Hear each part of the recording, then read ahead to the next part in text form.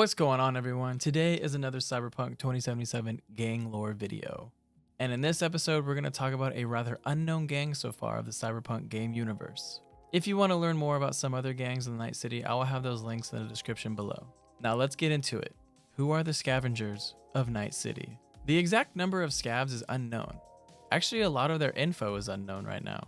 They don't have a certain turf they reside in, as they work all over Night City, but they specifically target the areas of North Pacifica and the southern part of Wellspring, the Voodoo Boys, and Valentino's turf. But you can spot where they have been, as the scavs like to tag and graffiti the areas they are currently residing in. The scavs don't have any form of hierarchy as a whole, as the gang is split into smaller groups that are led by the most savage and cunning of the bunch. Speaking of savage, the scavs are known for their work in harvesting cyberware and human organs for the black market. Yes, the scavs literally kill people in the streets and take their limbs and organs. They surfaced as the ease of obtaining body augmentations got easier and the black market began to grow. The scavs follow no particular philosophy, as all they care about is profit. They have no regard for human life and see people as just products waiting to be sold.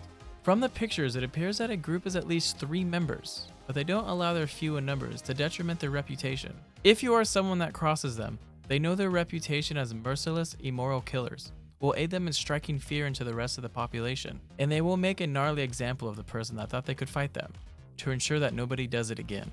Getting into the details of their business model, assault, abduction, mutilation, and dismemberment are the core philosophies. They don't even call their victims victims, but rather donors. That is how much they lack in seeing humanity in someone.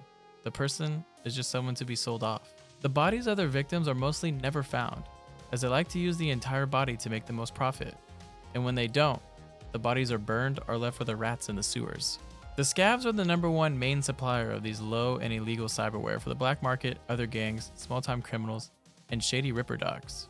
I mean, nobody else is really going out of their way to murder and steal cyberware, so they should be #1. And as a bit of side money when they aren't planning on killing their next donor, scavs get hired to perform smaller tasks as well, when a person is trying to hide their identity. And these include hit jobs, abductions, and heist. It's nice to know that the scavs aren't total maniacs sometimes, but if a job is lined up for a scav and there's guaranteed money, the scavs will do it, with no questions asked. The scavs are a demented group of people that value no human life and will certainly kill for any amount of money. This makes them highly dangerous, as you never know when it could be you. You could be walking down any street and the next thing you know, you're dead, and your arm is getting sold to some psycho Maelstrom gang member trying to succumb to cyberpsychosis. Since there isn't much info besides that about the scavs, I would like to take the time to see how they actually fit into the storyline of Cyberpunk. They appear to only really be known for their business in killing and stealing body parts. So what importance would they actually have in the game? It could be likely that early on, when V needs some cyberware, we have to go see the scavs and potentially buy a piece of cyberware from them, so one of our ripper docs could install it for us for cheap. Or if someone hires V to go find their friend or partner, and V has to investigate their whereabouts, only to find out the scavs found them wandering the dark streets in North Pacifica and already mutilated them and took their organ. Or V stops them beforehand and makes some kind of trade with them. I don't specifically see the scavs as playing a huge part in the main plot of Cyberpunk, but as side missions, I could see them having a lot of action.